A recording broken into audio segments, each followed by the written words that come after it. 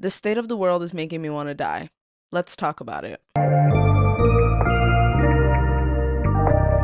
I have been in bed on my phone, doom scrolling, reading every single article I can, and simultaneously trying not to want to die, just thinking about everything. And I'm not a overly emotional person or anything like that, but sometimes it's hard for me to fully grasp another person's emotions unless I really put myself in their shoes and feel what they're feeling. But the intensity of the last couple of weeks, the first few weeks of this year, have been so detrimental to my mind that I feel like I'm going crazy. There's a couple of news things that I want to talk about or just briefly go over, and I'll just start with one. This Naziah Harris case. If you don't know, Naziah Harris was a 13-year-old girl who was raped, molested for years, and murdered by a 42-year-old man that was her uncle that she believed was her boyfriend. And the coverage of this case, I'm somebody which I would like to think this is a normal human being trait. Any abuse of children, especially sexual, it maybe it's the woman in me, maternal instinct, something about it makes me sick to my stomach. It makes my head hurt, my palms sweat, my ears itch. I truly believe in the death penalty for child rapists. I truly believe in public lynchings for child abusers, molesters, rapers, all of it, because it is so sad. And if you look more into this case and you see the details of the text messages between her, he's been doing this since she was 11, him grooming her into being his perfect, submissive, sex slave or something. And this 13-year-old, this middle schooler, is talking to this man and she doesn't even sound like a child. It is disheartening. He impregnated her. All of this while having 5 children. He also gave another child, I believe it was chlamydia. And what hurts, not even the most, because all of this case just hurts the most, the women around this man that allowed him to do what he did, that coddle and help and aid him in these disgusting acts towards a child, a literal little girl. They're in the courtroom. I don't see nobody shed a tear for this little girl. I don't see nobody fighting for this little girl, and they supposed to be her family. It's people on the internet that are going harder for Naziah than a lot of her family members. Honestly, I stopped watching videos covering the case. I had gone through everything and I had seen all the information about it, but I stopped interacting with content about the case because every time it came up, it made me want to cry. It made me physically ill. I have nieces, I have nephews, and I cannot imagine. I would be devastated, heartbroken, inconsolable if anything even half as bad happened to them. And now that little girl is just gone. And the thing is, sometimes I think that when we learn about tragedies and historical events, we think of them as an other. We think of them as a, wow, that was a crazy thing that used to happen that won't happen anymore. And you could almost never really put yourself in that position. But that little girl couldn't have put herself in that position. That little girl didn't think, oh yes, I'm going to be molested for years and then impregnated and then coldly murdered by that same man. That little girl did not think that she would become the poster child for child abuse for a few months. That little girl did not think that her life would end at 13. You know what I mean? It's things like that. So that's one part of it that is just literally, I have chills just thinking about that case. And it really makes me really mad. And I'm upset that that man was even allowed to do that because this wasn't his first offense. His name is Jarvis Butts, by the way. I think it's important to say his name. His name is Jarvis Butts, and he had multiple offenses with child sexual assault and abuse before her. And it baffles me that people can go away for literal years, decades. I've had cousins go to jail over drug charges And this man was out free living his life. Isn't that sick? Like, the next thing that I want to talk about is obviously the Agent Orange himself, DJT. I don't even want to say his name. He just truly disgusts me. And while we still have the beauty of freedom of speech in this country, I want to publicly announce my disdain, my hatred, my deep and utter disgust with that man that is currently the president of the United States.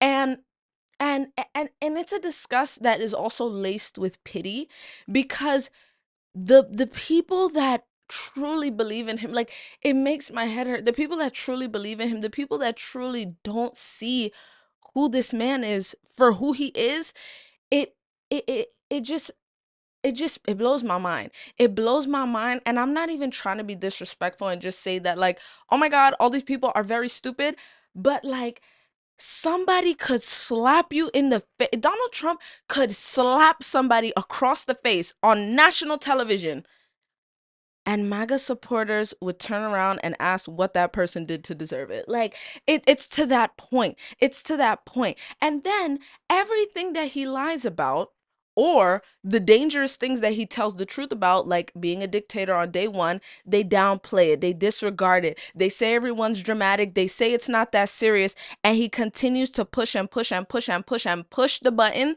until what? Until tyranny? Until dictatorship?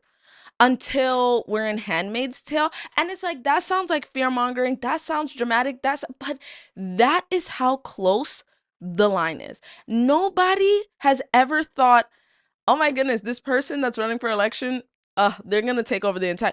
No country that has a dictator right now thought to themselves, oh yeah, we know he's going to be a dictator. Nobody, you don't think that. You don't believe that. You think that, oh, that'll never happen to me. That'll never happen to us. The United States, that'll never happen to us. And the thing is, and I share that same naivete, you know what I mean? And maybe it's just from when I was in school, and we had social studies class and history classes, and you learn about these heartbreaking events, these insanely dramatic stories, and that's what it feels like, stories. Or that's what it feels like, oh my goodness, look at all these terrible things that led us to be the great country we are, with the great opportunities that we have, so we could do whatever we want. The Trail of Tears, 9/11, what's some other American tragedies? Slavery, the Holocaust, all these things.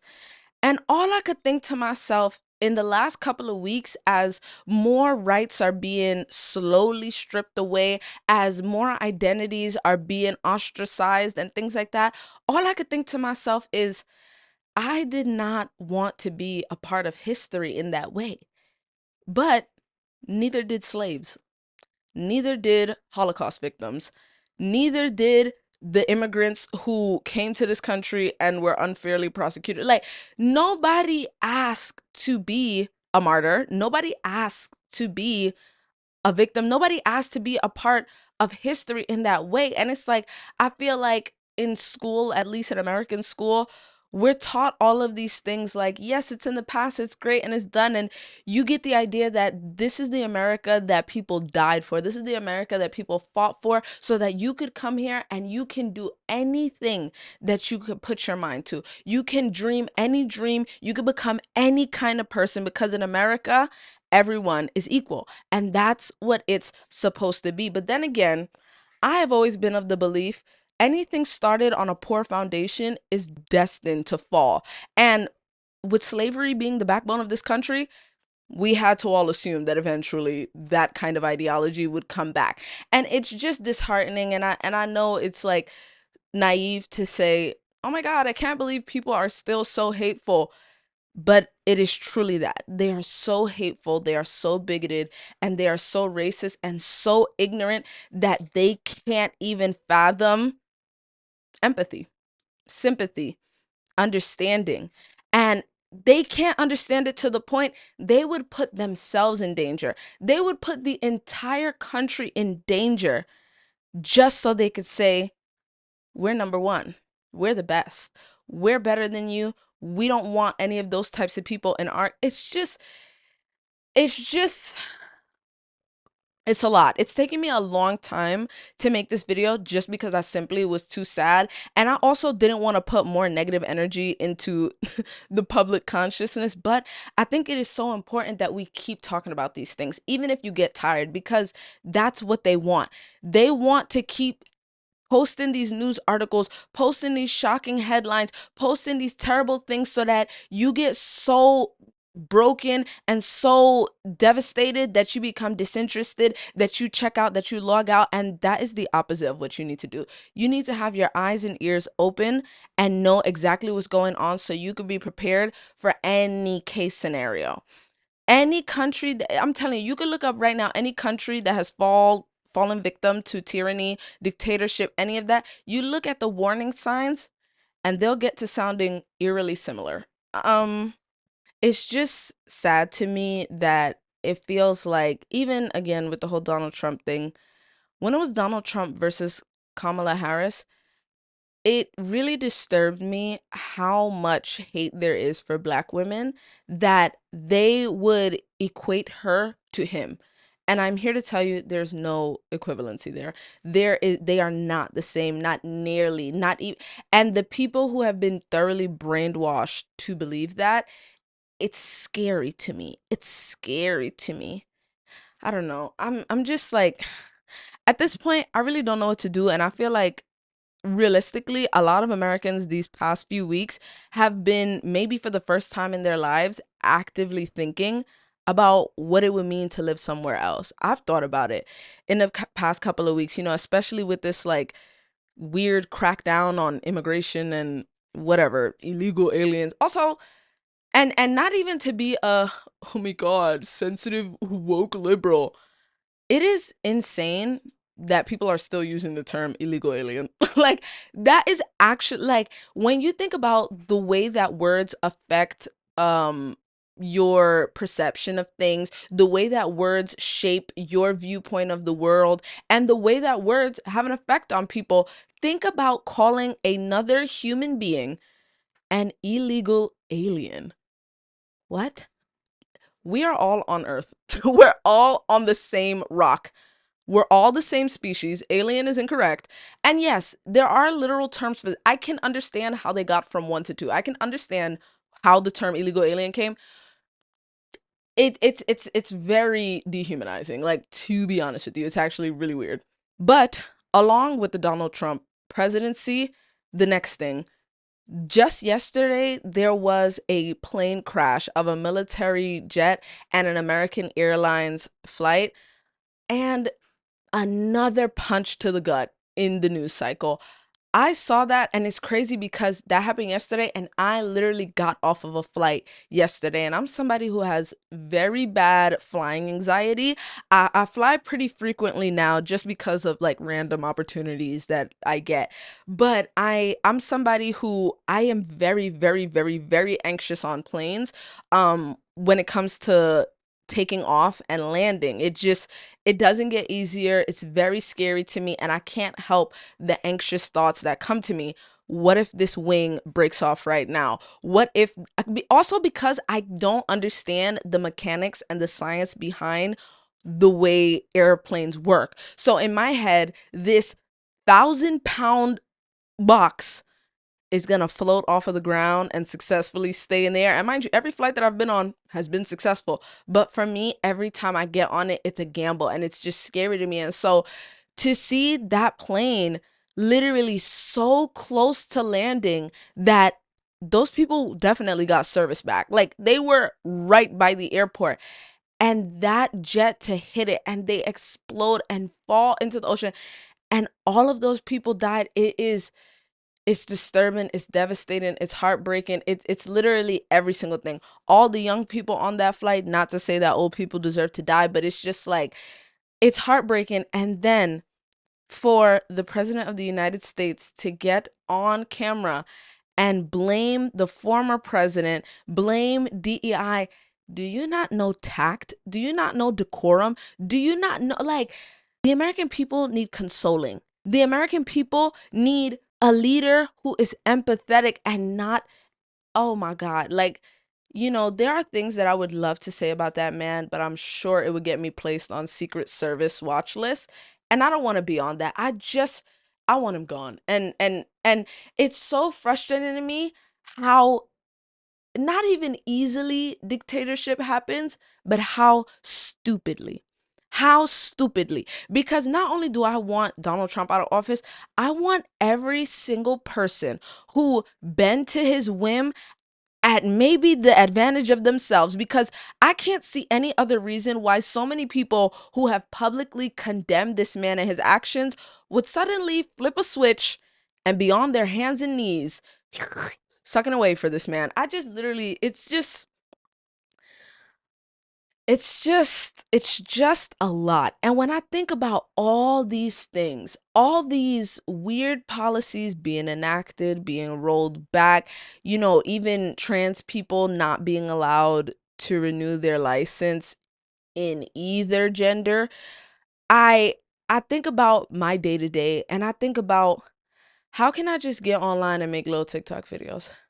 How can I just write these songs and then start promoting music? If you don't know, I make music, and it's like it feels kind of it feels kind of crazy. I don't know, to be doing or talking about anything else except for the state of the world. It just feels like, and then apparently we only got at this point we only got a couple of seconds to fix global warming, the earth is going to die, like things like this.